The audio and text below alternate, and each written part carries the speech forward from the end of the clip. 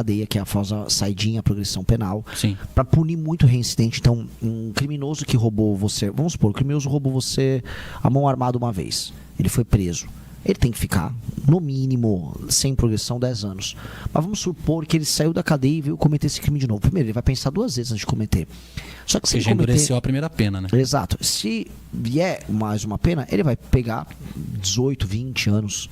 Tem que ser esse o número. Se ele matou você, aí ele vai ficar preso o resto da vida dele. Tem que ser isso. Não pode haver a chance do reincidente reincidir. Ele tem que ter muito medo de reincidir.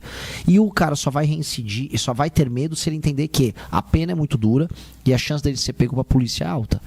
Então, reforçar a polícia, aumentar muitas penas, acabar com a progressão e com a saidinha. Essa é a primeira coisa, porque a gente tem que. É muita gente sendo roubada e assassinada no Brasil. Os números são muito altos. E aqui no Paraná eu entendo que, como os números não são tão altos quanto outros lugares do Brasil, como São Paulo capital, ou como o Nordeste inteiro, Rio de Janeiro, parece que esse assunto não é tão importante como ele realmente é. Mas ele é. Ele é hoje o assunto que é a maior preocupação dos brasileiros e ele precisa ser resolvido. E eu sei que ele atinge os paranaenses aqui. Eu sei que deve ter assalto aqui em Cianorte, com certeza. Claro. Então, isso é uma realidade muito triste que nós temos aqui. Outra é uma reforma fiscal, que é resolver as contas públicas do Brasil, porque o PT voltou a estourar as contas públicas e aí é por isso que o PT está cobrando imposto. Para eu baixar imposto de todo mundo, eu preciso reduzir as contas, melhorar as contas públicas. Isso precisa ser resolvido já, tá? E a terceira reforma que eu faço. Porque antes de baixar um imposto, você tem que fechar a torneira de gastos. Exato. Senão... É igual eu falar assim, olha, gente, eu vou... O cara cobra muito caro o preço da comida num restaurante, só que não adianta nada se ele tá pagando um salário super alto para uns funcionários que nem trabalham no restaurante. Se o custo dele tá alto, o preço dele vai acabar ficando alto. Sim. É a mesma coisa do governo com a gente. Ele cobra imposto alto porque ele gasta mal demais. Então eu vou fazer ele gastar melhor e aí eu faço baixar o imposto. Isso precisa urgente para as pessoas. E terceiro, uma coisa que também é muito importante, que é lei e ordem e segurança jurídica. Muita gente fala, o que é segurança jurídica? Ora, quando você vê o ministro do STF participando de um jantar com criminosos, como o pessoal do Banco Master, você sabe que a justiça está à venda. Porque o cara do Banco Master está comprando ele. Quando você vê que o MST invade um terreno ou uma casa e nada acontece. Quando você vê que um prefeito toma uma decisão e essa decisão é derrubada por um juiz, você percebe que a justiça não trabalha a favor das pessoas, que não há lei no Brasil e que as pessoas são desrespeitadas e que qualquer um que tiver poder pode manipular a justiça porque ele pode comprar a justiça. Nós temos que tirar o poder do STF, nós temos que dar poder novamente para as pessoas e os juízes não podem mais ficar inventando moda. Eu vou contar uma coisa para você. Vê uma ativista do movimento negro, uma mulher que recebe dinheiro da gringa pra ficar defendendo o bandido no Brasil. E ela escreveu um artigo horrível atacando a Embraer. Uma mulher de esquerda. E aí eu peguei, né, e falei que ela era uma jeca, uma deslumbrada. Ela me processou falando que eu era racista porque eu chamei ela de jeca. E aí o juiz falou, não, isso é um absurdo. Aí foi pra uma desembargadora mulher feminista e ela falou, não, jeca é racismo. E me condenou. Então, como você vai confiar na justiça quando uma juíza inventa um conceito novo de uma palavra?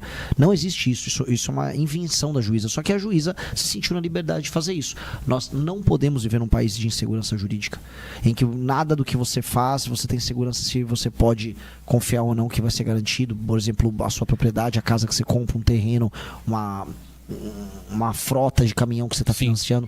Tudo isso é uma loucura. Então nós precisamos resolver isso. São os 3 temas principais do Brasil. Ótimo.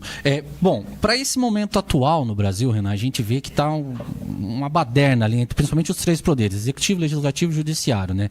Tudo que vem acontecendo, o caso do Banco Master, o Alexandre de Moraes tendo a imagem centralizada em tudo isso, como que você vê esse momento? É o assunto que a gente mais tem que se preocupar? Olha, o escândalo do Banco Master é o maior escândalo de corrupção da história do Brasil. Ele vai extrapolar tudo que veio antes, né, de escândalos. Sim. Lava Jato, tudo isso aí. Já extrapolou. Em número e em contaminação. A Lava Jato não tinha chegado no Supremo com essa intensidade. E a sua opinião? Você é a favor de impeachment ministro do STF? Não, o Alexandre de Moraes e o Dias Toffoli precisam sofrer impeachment já. Não há o que dizer. Pelo bem do andamento democrático. Do Brasil, do andamento democrático. Eu não sou... Cara, eu não tava com aquela turma do Bolsonaro, não, vamos derrubar o TSE, que a urna foi fraudada. Eles estavam mentindo. Eu não acho que o Bolsonaro tinha que ter superpoderes, que o Bolsonaro queria derrubar um outro poder pra ele mandar. Sim. Eu não acho que isso tinha que acontecer. O que eu acho que o STF, quando comete crime, ele tem que pagar pelo crime que cometeu. E ele tá cometendo crime. Como qualquer esfera, né? Exato, e eles têm que pagar por crime que eles cometeram. Então não há o que dizer sobre o Dias Toffoli e sobre o Alexandre de Moraes. Eles tinham que se afastar. Só que eles querem ficar se defendendo. E quem eles vão se ancorar? No Lula, no senhor Flávio Bolsonaro, que é outro que tem rabo preso com o STF, e nos políticos do Centrão. Legal. Então eles querem abafar qualquer coisa, CPI, impeachment. Ô Renan, eu vejo que você tem posicionamentos, você falou endurecimento de pena e tal, você tem posicionamentos que é pautas totalmente de direita, mas você não é um bolsonarista, né? Então eu quero que você explique isso para os nossos seguidores, essa diferença de você se considerar essa terceira via exatamente por isso, né? Porque hoje, como polarizou demais, e polarizou em duas figuras, Lula e Bolsonaro, né? Quando a gente fala direita e esquerda, a gente tem que desenhar para as pessoas que a direita não pode ser só o Bolsonaro, né? Assim como eu acho que a esquerda também não deve ser só o Lula, mas se desenhou dessa maneira. Como que você analisa e se posiciona no meio disso? Olha, a pessoa que está nos ouvindo aqui, ainda mais em Cianorte, que tem um público mais bolsonarista, ele tem que entender assim: o governo do Bolsonaro não foi um governo de direita, ele fez um governo de centro. Ele mesmo falou que ele era do Centrão. O governo dele combateu o crime organizado? Não. Ele endureceu pena para vagabundo? Não. O governo dele combateu a corrupção? Não. Ora, isso não é um governo de direita. O governo do Lula é um governo de esquerda? Também não é. O máximo cobrou um imposto a mais aqui e ali. Mas, né, um governo de esquerda ele teria sido mais bagunçado, teria sido mais igual era da Argentina, do governo da Kirchner. Quem é um presidente de direita? O Nayib Bukele em El Salvador. Em El Salvador, ele acabou com todas as facções, acabou com o crime organizado, destruiu todos os caras, botou as ONGs de esquerda que ficavam trazendo ideias erradas pro país dele para fora. O Nayib Bukele é de direita. Ele não é Bolsonaro, ele é o Bukele. Então você pode ser de direita e não ser bolsonarista. Sim. Eu sou de direita e eu gosto do Bukele, eu gosto do Milei na Argentina. O Milei foi muito mais corajoso nas reformas e no combate ao crime na Argentina do que o Bolsonaro foi. Então eu sou de direita porque o Bukele é de direita e o Milei é de direita. E o Bolsonaro? O Bolsonaro é um cara de centro-direita. Sim. É isso. E a galera maqueia muito essa questão de direita e esquerda com realmente... Você acha que o grande problema político do Brasil ainda é o centro ter tanto controle? Com certeza. Porque o centro no Brasil não é nenhuma posição ponderada sobre nada. O centro no Brasil é uma maneira de fazer negócio com os dois lados. Né? Ser de centro no Brasil, que eu chamo de centrão, é o cara que, se o governante for eu, ele vai querer estar no governo. Ele vai chegar ali para tentar ser seu amigo. Lógico. E tal, né? Ou se for o PT, ele vai estar no governo do PT. Se ele for com o Flávio Bolsonaro, ele vai estar com o Flávio Bolsonaro. O centrão é um câncer. E tem como parar isso? Parar esse centrão, essa influência? Lembra que eu falei aquilo do fundão? Se o dinheiro dos partidos não for para eleger deputado aleatório e ele for para focar em prefeito, o que vai acontecer diretamente é que o foco mais não vai ser ficar elegendo esses caras inúteis, vai ser eleger prefeitos. E 2, os deputados do Centrão, eles servem apenas para ter emendas. Na nossa reforma política, a gente vai fazer com que a emenda apenas possa ir para municípios que estejam entregando bons desempenhos na gestão.